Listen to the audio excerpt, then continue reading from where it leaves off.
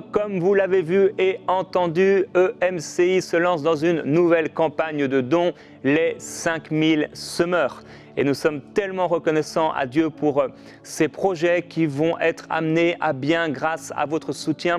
Une nouvelle fois, comme dans le passé, vous allez être des milliers de frères et de sœurs à répondre positivement, avec amour, à démontrer votre amour envers le Seigneur et envers cette œuvre EMCI.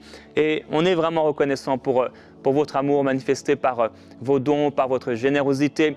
Vous avez été fidèles dans le passé et grâce à vous, nous sommes en train d'accomplir quelque chose d'extraordinaire dans le royaume de Dieu, dans la francophonie. Et je crois qu'encore, votre cœur sera touché et vous allez pouvoir démontrer votre amour par votre générosité et en faisant donc un don et en participant à cette grande mission alors que nous sommes à la fin des temps.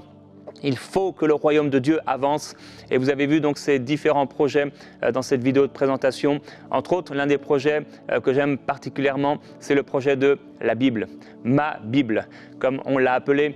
Ça va être extraordinaire et un outil tellement fort pour toute la francophonie, quelle que soit la dénomination. Je crois que les hommes, les femmes inspirés, les hommes et les femmes qui aiment Dieu vont pouvoir être eux-mêmes inspirés par la parole et utiliser les différents outils. Mais surtout, je crois que cet outil de ma Bible va pouvoir, sur les réseaux sociaux, etc., inonder la francophonie de la parole de Dieu. Alors, merci à tous de votre soutien généreux, merci. Je sais que certains, vous allez, entre guillemets, embarquer tout de suite avec nous dans cette grande vision et cette nouvelle campagne de dons et vous allez semer et faire partie de ces 5000 semeurs. Et on a une promesse dans la parole de Dieu. Pour ceux qui sèment avec générosité, non seulement Dieu pourvoira à leurs besoins, bien sûr, Dieu est capable de tout alors qu'il met en nous le vouloir et le faire, mais également, bien sûr, là où nous semons, il y a un impact réel, les projets voient le jour et vous avez vu à travers toutes ces années maintenant, depuis 2005 où enseigne-moi.com en janvier est sorti, la fidélité du Seigneur à travers cette œuvre et combien on a pu être également intègre à travers toutes les finances qui sont entrées dans enseigne-moi.com, puis EMCI TV et qui ont amené toutes ces choses extraordinaires et surtout ces vies impactées, les nombreux fruits que le Seigneur a pu apporter dans son royaume à travers donc les différentes productions et tout ce que EMCI a pu faire jusqu'ici. Et nous sommes dans cette nouvelle vision, nouvelle saison. Maintenant que nous sommes dans le centre EMCI, nous nous réjouissons. Mais s'il y a un bâtiment, s'il y a un lieu, s'il y a un centre, c'est à cause de ce qui va se passer à l'intérieur. C'est à cause de ce qui va sortir de ce centre et de ce bâtiment. Et nous croyons et nous voulons que des projets extraordinaires dont on vous a parlé et d'autres encore puissent voir le jour et naître à partir de ce centre EMCI. Et nous ne sommes pas seuls. Quelle grâce, vraiment, quel privilège! Partout où je vais dans la francophonie, j'étais donc dernièrement en Afrique, dernièrement dans la région parisienne, ici au Québec, partout quel que soit où nous sommes, nous formons une seule famille et je peux voir le cœur de milliers de frères et de sœurs qui sont attachés à cette vision parce qu'ils sont eux-mêmes nourris, vous êtes vous-même nourris par tout ce que nous pouvons faire et vous faites partie de cette famille et vous manifestez votre amour envers cette famille spirituelle EMCI qui est la famille de Dieu. Alors vraiment, loué soit Dieu et que le Seigneur vous bénisse avec vraiment une grande bénédiction, une grande faveur afin que vous puissiez recevoir pour vous-même, pour vos vies, pour vos familles, mais également que vous puissiez voir ces projets voir le jour donc et être nourri même et édifié à travers ces projets dans votre vie, dans celle de vos familles, etc. Aujourd'hui, on veut partager sur un passage qui se trouve dans l'épître de Paul aux Philippiens. Dans cet épître, et cette semaine, nous allons parler de la gestion des choses difficiles. Il y a parfois des difficultés, des choses à régler un peu dans nos cœurs et on peut avoir des mises à jour ou des ajustements à opérer dans nos vies personnelles par rapport à différents domaines.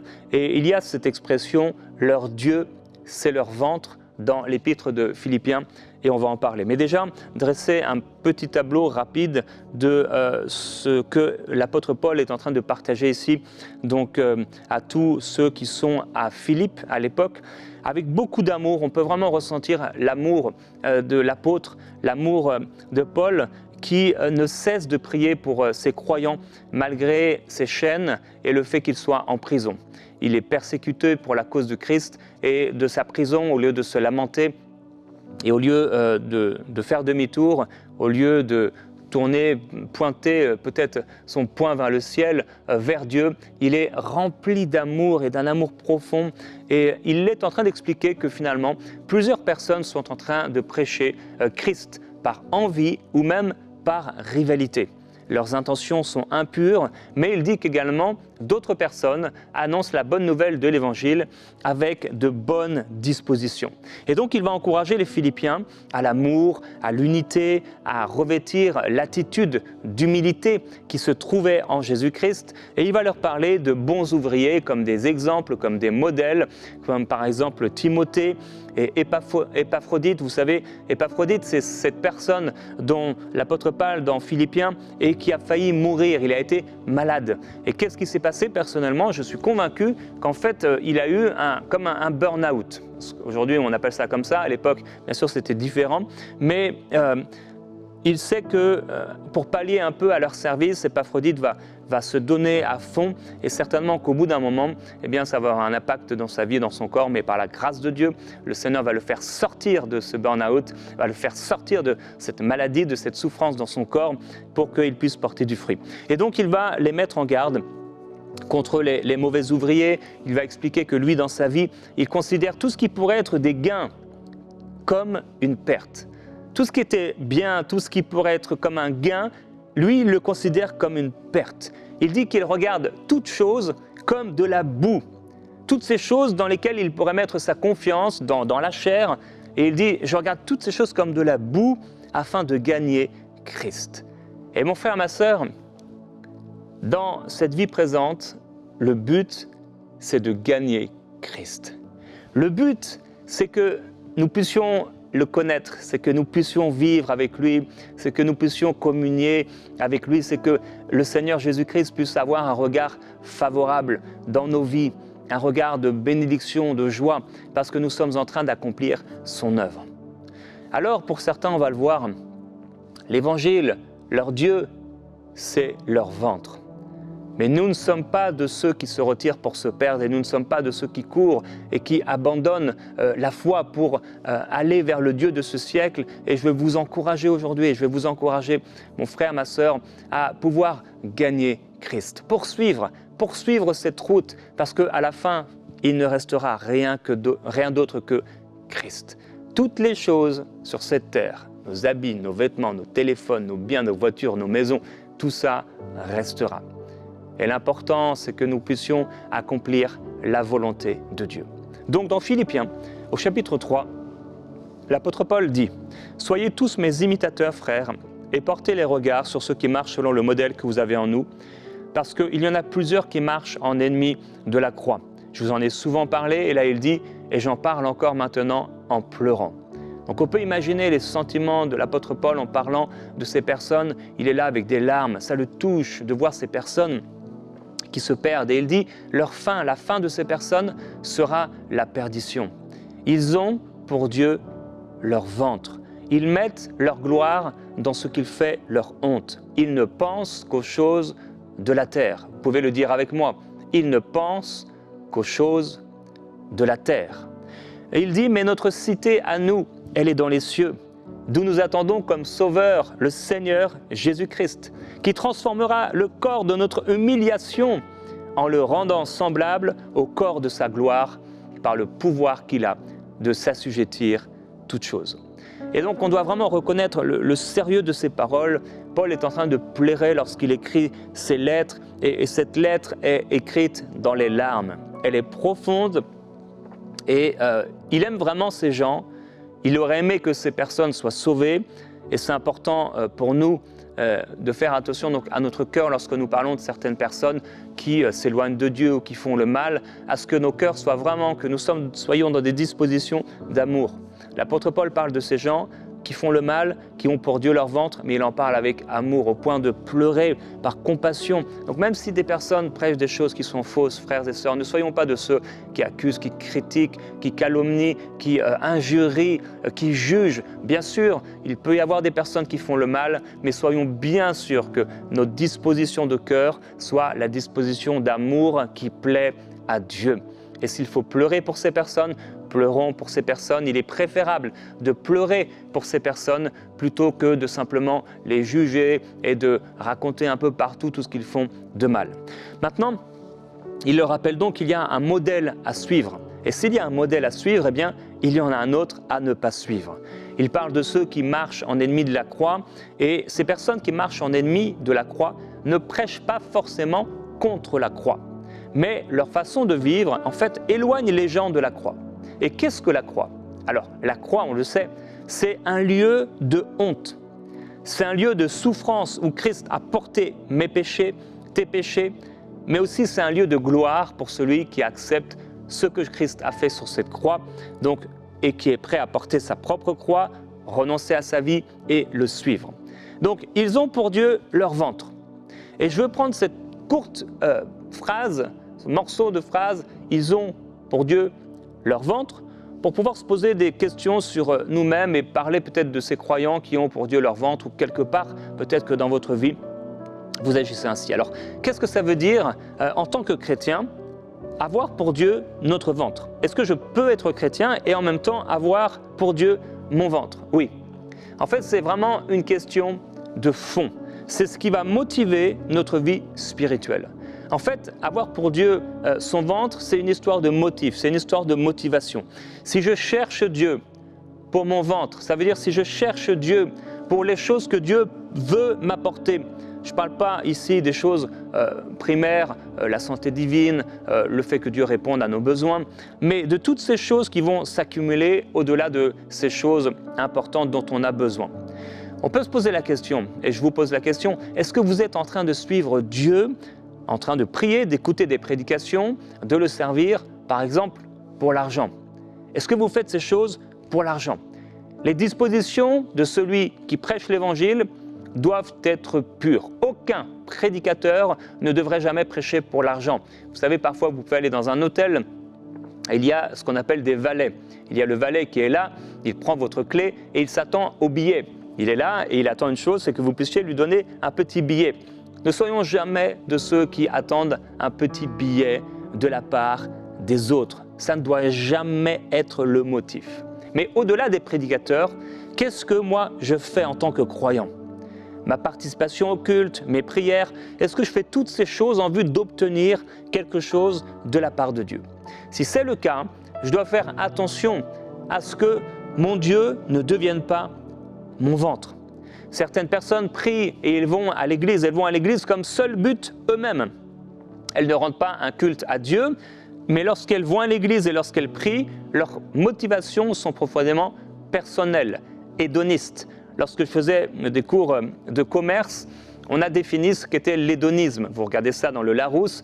L'hédonisme, c'est cette doctrine qui prend comme principe de morale, 1, la recherche du plaisir, et 2, l'évitement de la souffrance. Donc quelqu'un qui est hédoniste, ou qui a des motivations hédonistes, c'est quelqu'un qui recherche son plaisir, premièrement, et deuxièmement, qui veut à tout prix éviter la souffrance. On peut se poser la question, parfois, nous entendons ce genre de messages qui ont l'air profondément hédonistes. Alors, est-ce que la doctrine que tu suis et qui t'a été enseignée a pour but de remplir ton ventre? Jésus dit, ne vous inquiétez de rien, ne vous inquiétez pas pour votre vie, de ce que vous mangerez, de ce quoi vous serez vêtus, parce que la vie est plus que cela, et mon Père prend soin de vous. Alors, dans quel contexte il dit ça? Il dit cela après avoir parlé de cet homme riche, vous savez, qui a emmagasiné tant de biens et qui a dit « Oh mon âme, eh bien réjouis-toi, profite entre guillemets de la vie puisque tu as beaucoup de biens et réjouis-toi. » Donc cet homme, son ventre est devenu son Dieu. Peut-être Dieu a pourvu dans ses besoins, mais son ventre est devenu son Dieu et il n'est pas riche pour Dieu. Alors on doit absolument veiller aux besoins, aux motifs de nos cœurs, aux motivations de nos cœurs. Pourquoi je suis en train de faire ce que je fais dans l'Église? Pourquoi je prie? Pourquoi je lis la Bible? Pourquoi j'écoute des prédications, des messages? Quel est mon but? Notre but doit être de lui plaire. Notre but doit être de lui être agréable. Est-ce que c'est notre chair qui est en train de diriger notre vie? Est-ce que mon cœur palpite pour de l'argent? Est-ce que je suis en train de mettre quelque part ma confiance dans l'argent ou dans un salaire? Est-ce que ma joie ou ma paix vient parce que l'essence diminue, le prix de l'essence diminue? Et quand le prix de l'essence augmente, eh bien ma paix et ma joie s'en va? Parce que j'ai peur, parce que je suis dans l'inquiétude?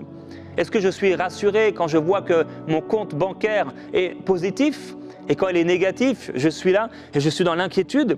En fait, je dois vraiment veiller, et nous devons veiller à ce que notre confiance, notre joie, notre paix ne repose que sur Dieu et sur Dieu seul. Est-ce que nous allons à l'église? Est-ce que tu fais ce que tu fais pour la recherche du plaisir?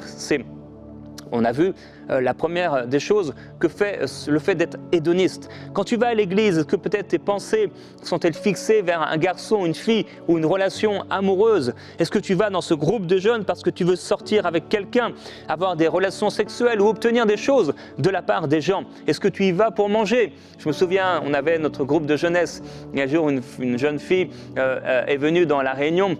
Et à la fin de la réunion, on lui a posé la question, mais alors, est-ce que tu as aimé la réunion de jeunesse? Elle a dit, ah oui, surtout les chips, les cacahuètes et le coca. Vous voyez, si on s'approche de Dieu, si on va à l'église pour les compliments de la part des gens, parce que simplement on est là dans la communion fraternelle, et merci au Seigneur pour la communion fraternelle, et s'il y a des cacahuètes, merci Seigneur. Mais le but, c'est de rendre un culte à Dieu.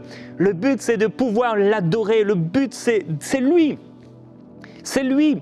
Et ce qui nous motive ne doit pas être le plaisir d'être ensemble, mais ça doit être lui rendre un culte et l'adorer. Et il va utiliser l'expression qui est une expression dure.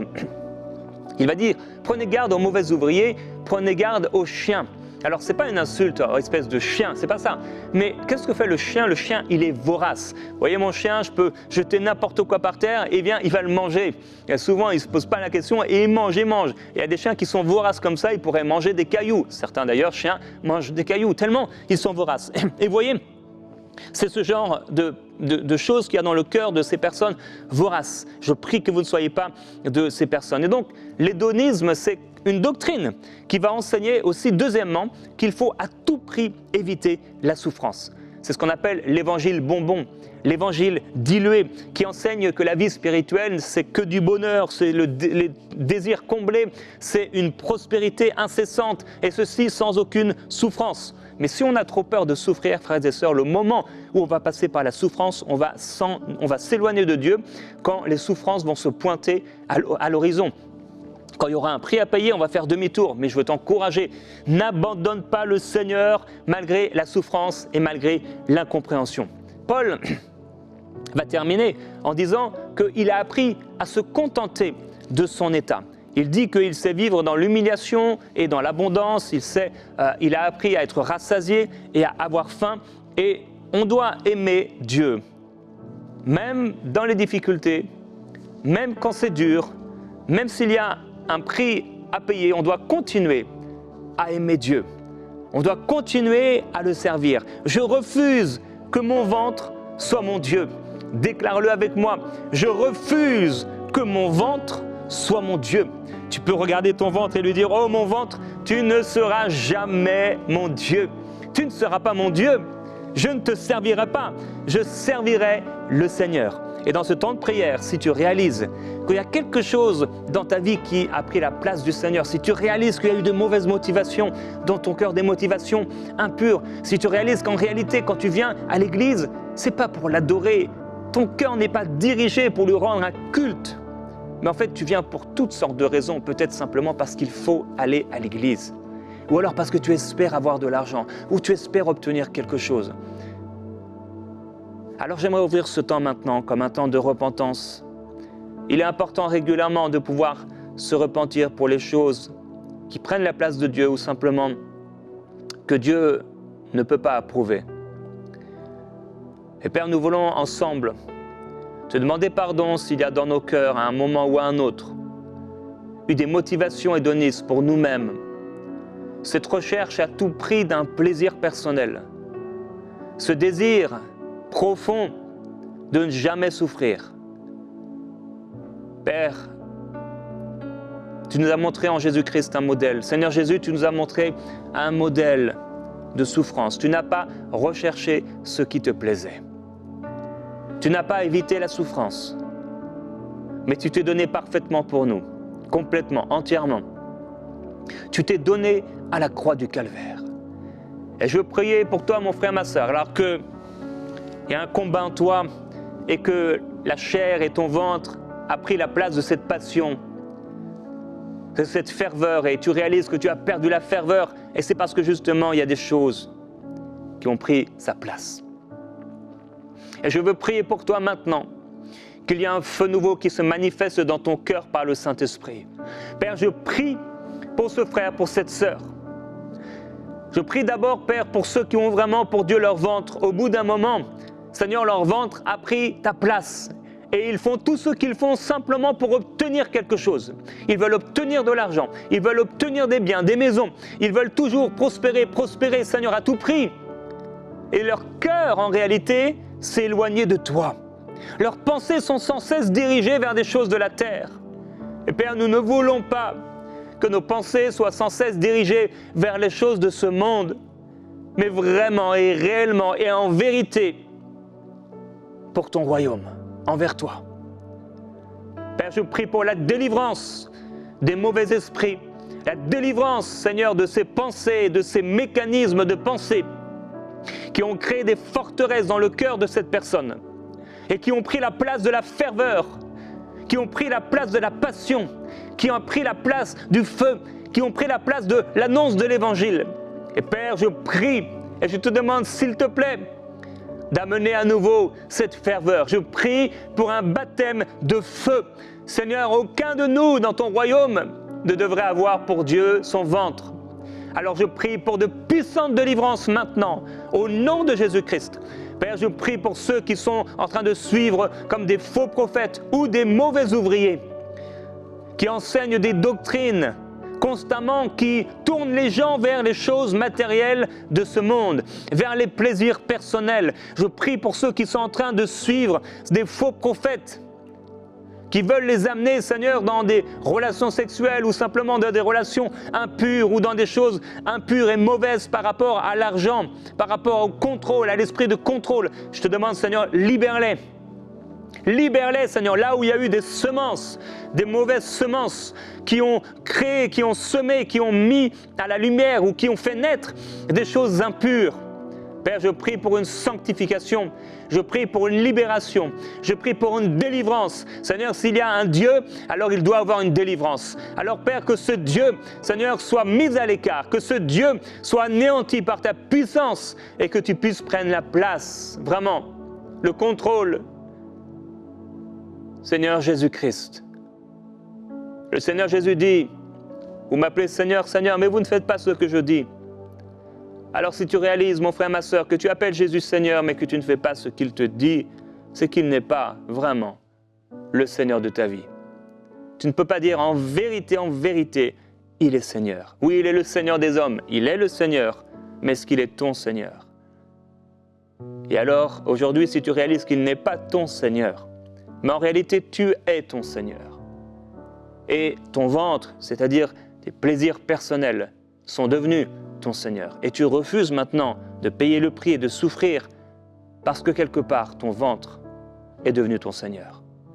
Et je prie pour ta délivrance alors que tu te repens devant le Seigneur Jésus-Christ. Que tu puisses être libéré dans le nom du Seigneur de tout ce qui est impur, de tout ce qui est mauvais, et que ton cœur puisse lui appartenir à 100%. Il y a un peu plus d'une semaine, un peu plus de 10 jours, j'ai partagé avec vous sur ce petit cahier manuel que je vous ai encouragé à acheter, à vous procurer n'importe où, hein, peu importe le manuel ou le cahier que vous utilisez, et à pouvoir écrire dans ce cahier quelques personnes dont vous sentez dans votre cœur que Dieu les a placées pour qu'il puisse les sauver. J'aimerais qu'on puisse maintenant prier pour ces personnes que Dieu a déposées dans nos cœurs. Père, nous prions pour ces personnes. La plupart de ces personnes qui ne sont pas sauvées ont pour Dieu leur ventre. Seigneur, elles recherchent leur désir et leur satisfaction personnelle. Elles sont leurs propres seigneurs, leurs propres bergers. Mais en réalité, ce sont des brebis perdues. Et ensemble, Seigneur, nous croyons que, comme nous l'avons dit, Seigneur, à la fin du mois d'octobre, plusieurs de ceux qui sont inscrits ici seront sauvés. Et nous te demandons, Père Céleste, de travailler et de toucher leur cœur par ton esprit, afin qu'ils puissent réaliser que quelque chose ne va pas. Ils n'ont pas été créés pour les choses de ce monde. Ils ont été créés pour toi. Alors nous prions, Père, pour la révélation de Jésus-Christ dans leur cœur. Nous prions afin qu'ils réalisent, Seigneur, que malgré leurs biens, malgré les choses qu'ils possèdent, il y a un profond vide à l'intérieur d'eux. Je t'en prie, Père Céleste, que ce vide profond, ils puissent le sentir, que ce vide profond, Seigneur, puisse comme un filet venir sur eux, non pas pour les amener à la destruction et au suicide, mais pour les amener à toi, à l'abandon, au renoncement. Nous prions pour leur salut. Au nom de Jésus-Christ, Père, qu'ils soient sauvés, qu'ils soient libérés. Arrache-les du mal. Seigneur, que ce faux Dieu soit anéanti dans leur vie et qu'ils puissent te rencontrer, toi, le seul vrai Dieu, et Jésus-Christ, le Sauveur. Amen.